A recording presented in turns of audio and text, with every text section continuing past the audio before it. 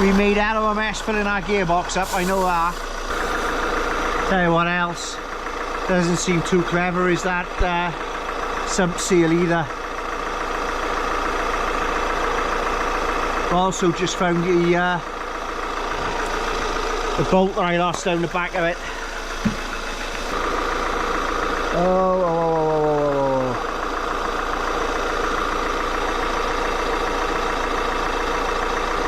I've just realised where that bolt is.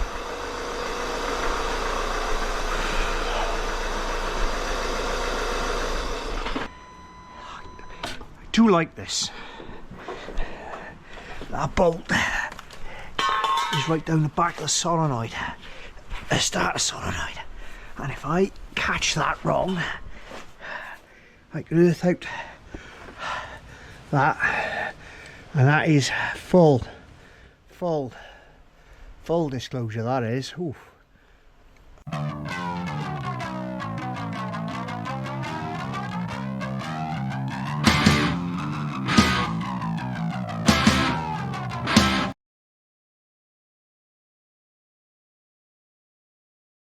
Right,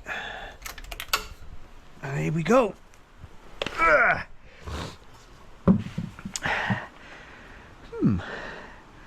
Right, let's get these wheels on. Oh, by the way, do you like the wheels? Huh? Do you like those? They're not what I had in mind, but they're here now, so yeah.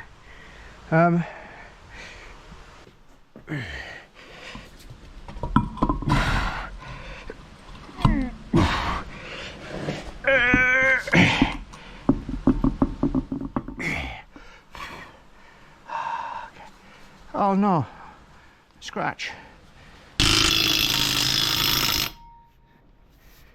Right. Okay, so these were bloody expensive. And this is about as aftermarket as they come.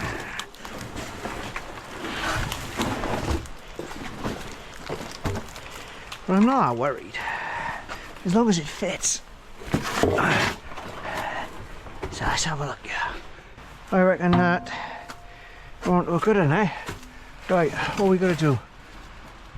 Spray everything down. Get it all loose.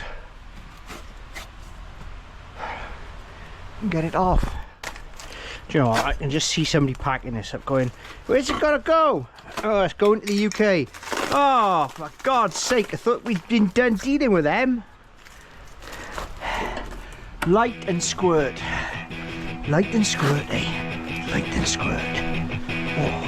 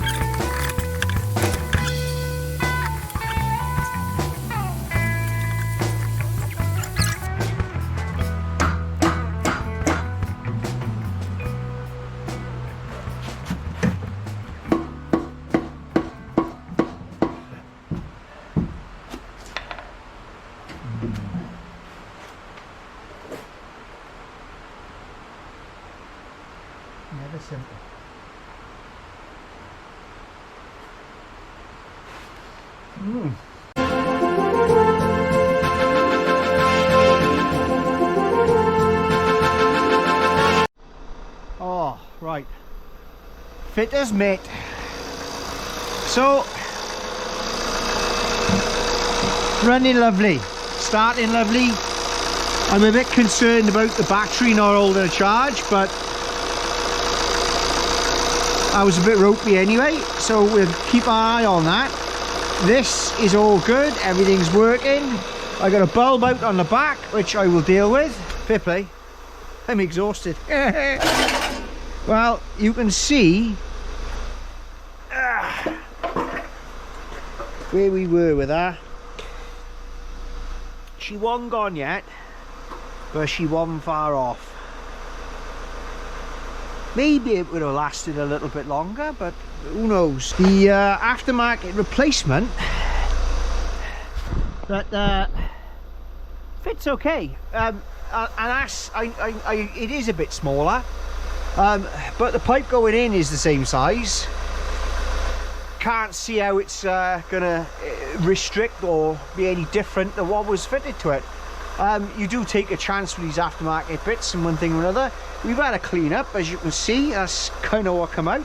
It wasn't the worst exhaust they've done, wasn't the easiest either, but you know, it's all good. A lot of work's been done in the year. This has had a few new bushes, new shocks, and the brakes and wheel bearings have been done. So yeah, we're pretty good, Joe. We got a bit more stuff to spray on just to cover it, but we're looking good.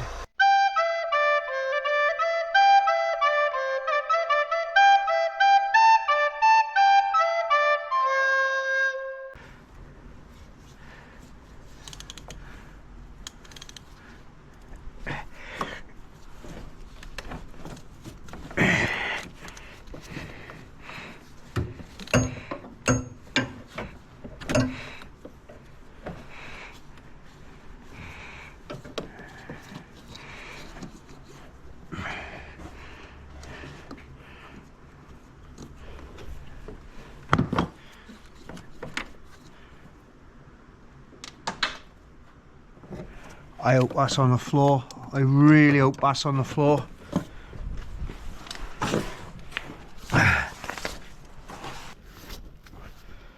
Right. Okay.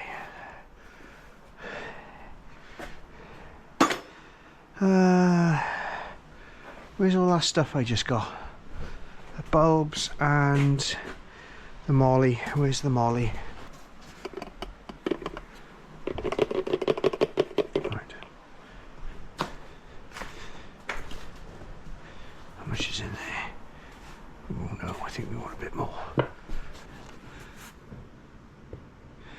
In hindsight, it would have been quicker taking the battery out and doing this than it was doing all that.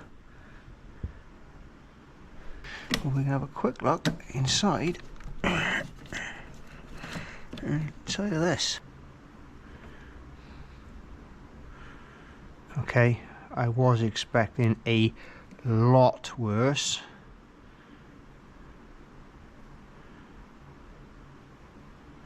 That's the pipe for the EGR.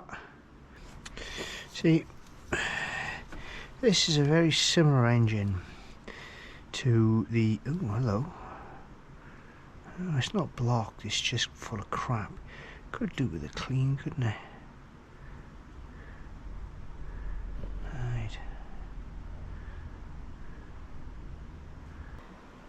See, a temptation would be to blow 2 tins of brake cleaner in there and attack it with a brush, but the brake cleaner is going to go other than down in the engine. And if that was a petrol engine, see, yeah, probably work. Problem is with diesel engines is they do not like stuff that burns, because you know diesel fuel doesn't burn, right? Right, now that stuff is probably a few millimeters thick. Is it harming the performance of the engine? Probably to a certain extent. Are we going to worry about it? Not by now. No, not just now. No, we're not. We're going to torque these hub nuts up. Now, actually, I need to find out what the setting is. But the only socket I've got, and I had to craft this to fit in there, is this, and it's got a 3/4 inch. And we broke the power arm, and I put a short out because the power arm has done all this before. However, it failed at this, and the reason why it failed at that is because that was all corroded and the nut was terrible. So it broke the Draper power arm. We don't have Harbour Freight in the UK. You can buy cheap tools. That wasn't a particularly cheap tool. It wasn't an expensive one either. My snap-on one, yeah, that's gone on. That's you know, that's probably older than me. But and this is also, as you can see, and yeah, this is about to get, but I do need to find out what that is. I've completely forgotten. Bear with me. This wants 300 Newton meters, and my other torque wrench doesn't go to 300 Newton meters. There we go. Oh.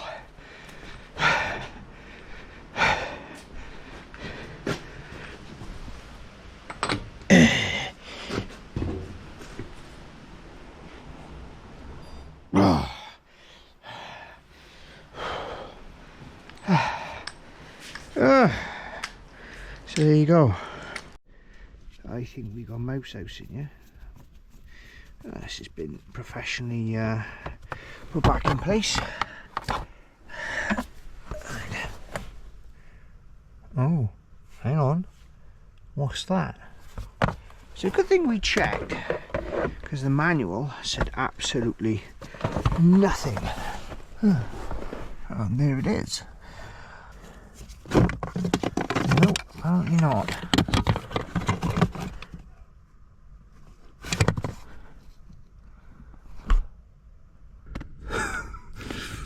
Well, that solves that problem to an extent.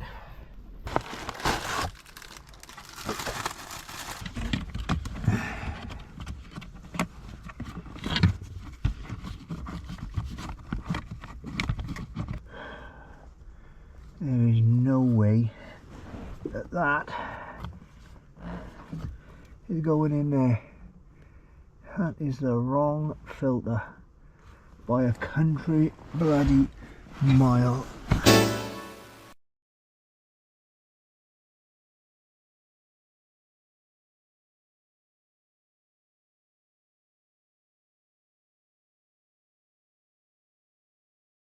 We've got a few things to do in here, not right now, obviously, but one of the things I really want to do as a kind of a priority is to sort the steering wheel out.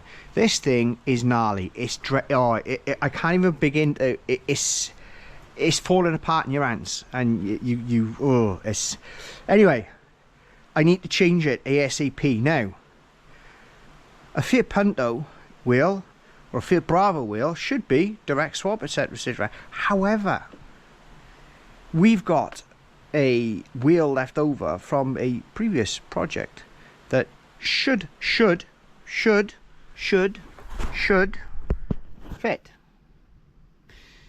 So what I'm going to do is I'm going to give the parts fairies a little tinkle and ask him to get that one brought up from the basement, so we can see if this is actually going to be viable. Abracadabra! Do you like that? Huh?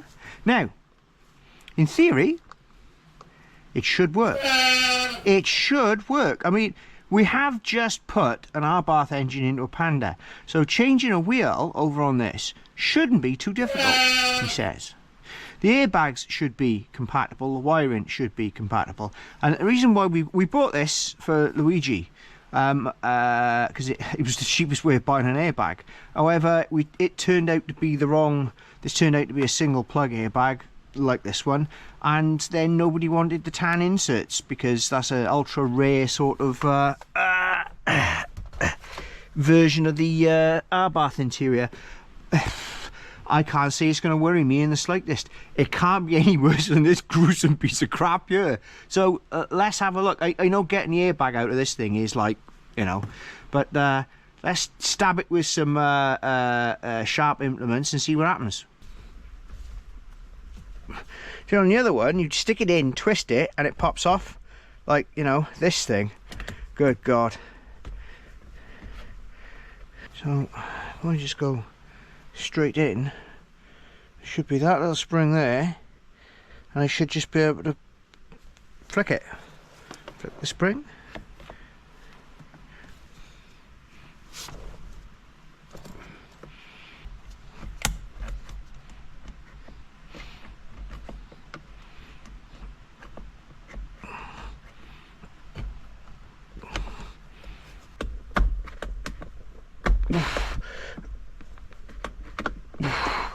No.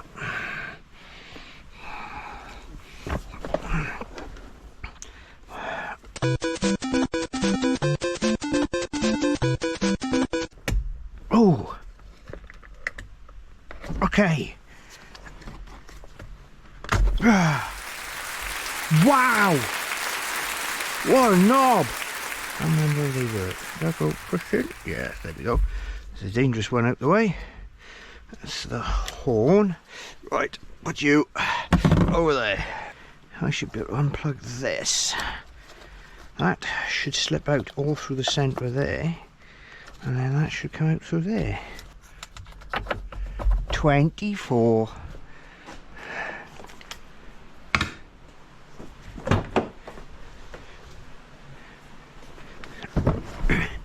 You reckon she's up to it?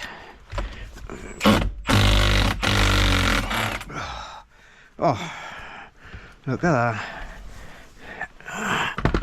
Right, there is a mark on it. Oh, that was a bit easy. They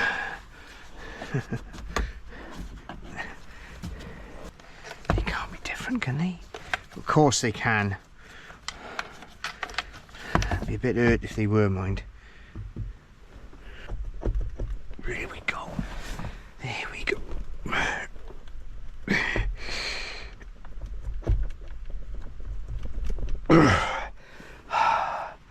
Huh.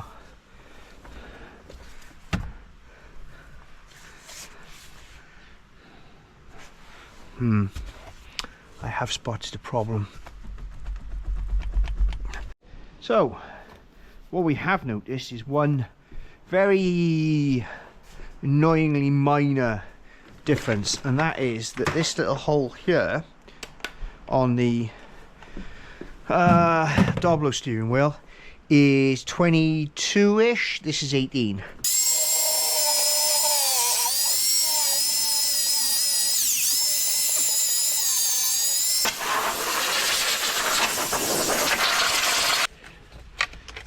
Every day is a school day.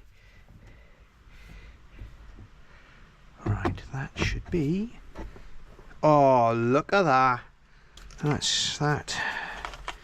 That should go in there, and that should go in there. We got all the right way round. Nope. And this go in there, and this should go in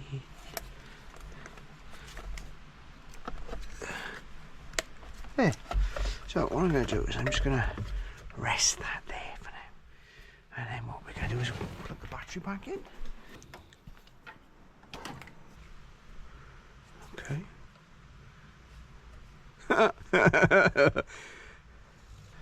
Well, either way, it looks like we're working. So what we need to do now is put this back on, yeah.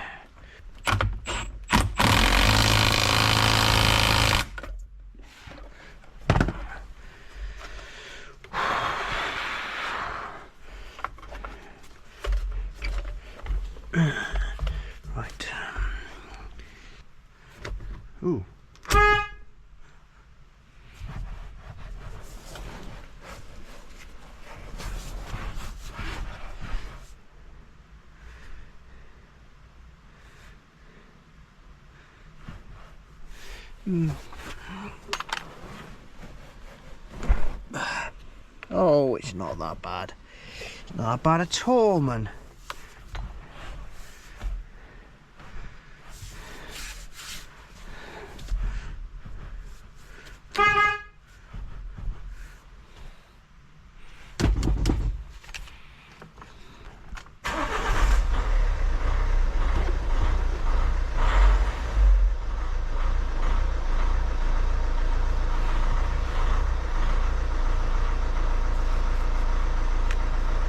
And there you go. Our bar steering wheel in a Doblo. Complete with buttons working. Chuff with that. It's alright, that.